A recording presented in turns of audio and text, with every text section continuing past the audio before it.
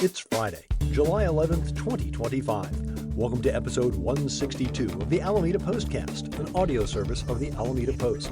I'm your host, Scott Bueller. In this edition of the Postcast, a busy 4th of July weekend brings highs and lows. Changes at the Coast Guard, the City Council to discuss an assist to the World Cup. SFO and Oakland are at it again.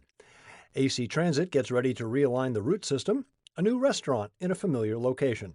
Lots to do this weekend, and Alameda produces an all-star. These stories and more on this episode of the Alameda Postcast. Our top story: the 4th of July weekend was bookended by maritime functions. It started on Thursday the 3rd with the annual naturalization ceremony held aboard the USS Hornet. As is customary, 76 new citizens from over 25 different countries took the oath. The event was held in the aft section of the Hornet's hangar deck. Vice Chair of the USS Hornet Sea, Air and Space Museum, Maureen Whalen-Vavra, gave the welcoming remarks, stating, quote, "We, the Hornet team, look forward to this day every year. It's one of our favorite events because of its special significance," end quote. San Francisco U.S. Citizenship and Immigration Services Field Office Director Hannah Lamb administered the oath. Jordan Baldueza, commander of Sector San Francisco, United States Coast Guard, delivered the keynote address. Pictures and the complete story of this beloved tradition in Sindhu Anataval's article at alamedapost.com/news. The next day, Alamedans celebrated with our longest in the nation 4th of July parade, over 170 entrants, from island sports teams to fire trucks to bands, and yes, the return of the horses. Our own Kelly Rogers Flint was there, took in all the goings-on. Find her article, along with some great pictures from Maurice Ramirez, at alamedapost.com/alameda-life. While the day began festively, it ended on a much more somber tone. At 7:22 p.m., Alameda Fire responded to a call of a structure fire on Sandalwood Isle off Otis near Rittler Park. Firefighters arrived to find a fully involved home, with the wind driving the flames to a second residence and threatening other houses as well. Being on the waterfront of the lagoon made for a rather challenging situation. Fire Department Chief Nick Luby told KTVU, quote, "We could not get to all sides of the structure, but we were able to contain it to the two structures," end quote. According to KTVU, one person was displaced from their home. One of the two homes involved in the fire was currently being used as an Airbnb rental, but was unoccupied at the time. 2 homes were destroyed, and 2 additional homes suffered minor damage. Thankfully, no injuries were reported. Firefighters were on the scene for just under 12 hours. The cause of the fire is under investigation. Story and photograph at alamedapost.com/news. After the weekend festivities, a big change at the Coast Guard. On Tuesday, July 8th, Rear Admiral Jeffrey Novak took command of the U.S. Coast Guard Southwest District 11 at a change of command ceremony at Freedom Park on Coast Guard Island. Novak, who served as Chief of Staff of the Coast Guard Pacific area in Alameda before he was appointed to Homeland Security, replaces Rear Admiral Joseph Bozzella as commander of the Coast Guard's Southwest District. Bozzella held the post since July of 24. Novak most recently served as a military advisor to the Secretary of Homeland Security. The Southwest District encompasses California, Arizona, Nevada, and Utah, and the coastal and offshore waters out for more than 1,000 miles, and the offshore waters of Mexico and Central America down to South America. The district includes 43 units and employs more than 2,400 active duty, reserve, and civilian employees. Full story at alamedapost.com/news. The World Cup soccer tournament is a year away. The tourney has expanded to 48 teams with hosting duties split between the U.S., Canada, and Mexico. Levi's Stadium in Santa Clara will play host to 6 matches, 5 in the group stage, 1 in the group of 32. That means teams need practice facilities. Soccer's governing body, FIFA, has come asking the locals for locations. It just so happens that we have a professional soccer training facility on Bay Farm Island. The UCSF Health Oakland Roots and Soul Performance Center, or as you may know it, the old Raiders facility. Slight problem, that facility is not quite up to FIFA standards. In order to bring it up to snuff, it's going to require about $700,000 worth of upgrades. There are potential economic benefits to serving as a team-based training site during the World Cup, namely fans of a team staying in local hotels and eating at local restaurants. City staff has estimated it could also result in an additional $22,000 in sales tax revenues, as well as increasing visibility for local businesses. To that end, Council will consider a resolution to authorize a transient occupancy tax sharing agreement to help offset the upgrade cost. The city would share its TOT revenues only from incremental increases above historic occupancy baselines, 77% for hotels, 58% for short-term rentals, with a cap of $150,000. Karen Jensen has the full story and ways you can make your voice heard on the subject.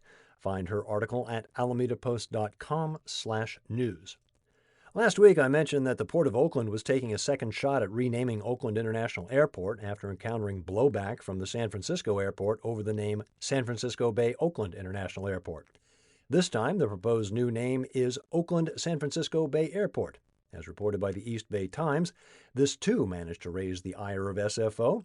In a statement, airport officials said, quote, "We are disappointed that the Port of Oakland has yet again announced an airport rebrand that seeks to capitalize on the San Francisco International Airport's globally recognized brand, but this year's name, like last year's name, invites traveler confusion and risks jeopardizing the brand identity we have built through decades of investment and service to the region."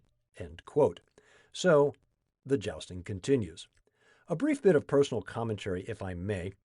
Oakland and SFO are 30 miles apart. SFO is technically in San Mateo County. In New Hampshire, in 2006, the Manchester Airport renamed itself Manchester-Boston Regional Airport. Boston's Logan Airport is 52 miles away from Manchester. No one was really confused, and it didn't hurt Logan one bit. Here's hoping our local airport officials can make nice.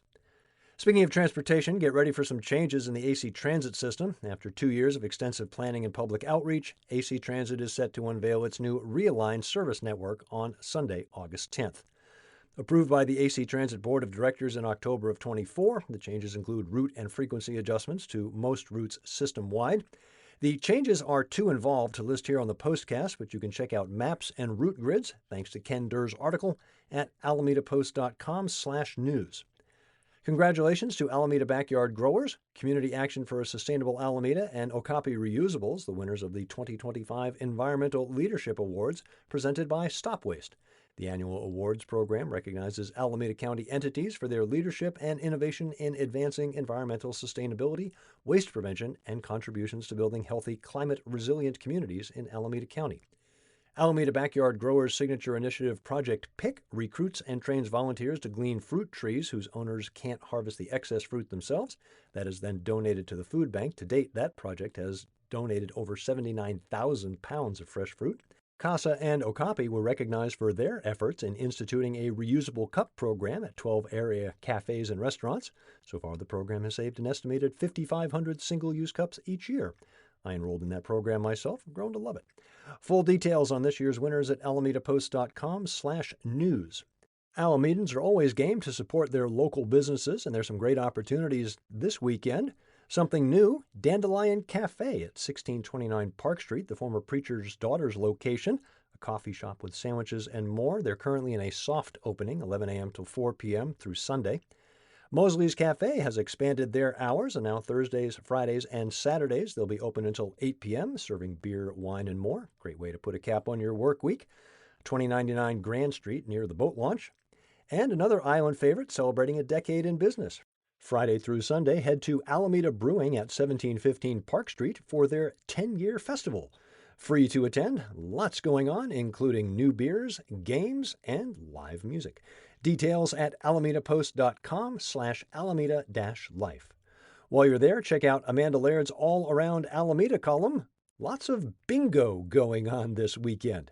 More events at 94501.info, including Tomorrow Youth Repertory presenting Sweeney Todd and a honey tasting at the Reap Center. 94501.info. Big-time congratulations in order for Alameda's own Brian Wu. The Seattle Mariners starter was named to the American League All-Star team, game to be played in Atlanta next Saturday. Brian's third season in the Bigs, a special one. Going into Thursday night's action against the Yankees, Brian was 8-4 with a 2.69 ERA. Even more impressive, Brian is top 10 in WHIP, or walks and hits per inning pitched. At 0.95, he's allowing less than a base runner per inning. Congratulations, Brian. Remember, find us on all the usual social media outlets.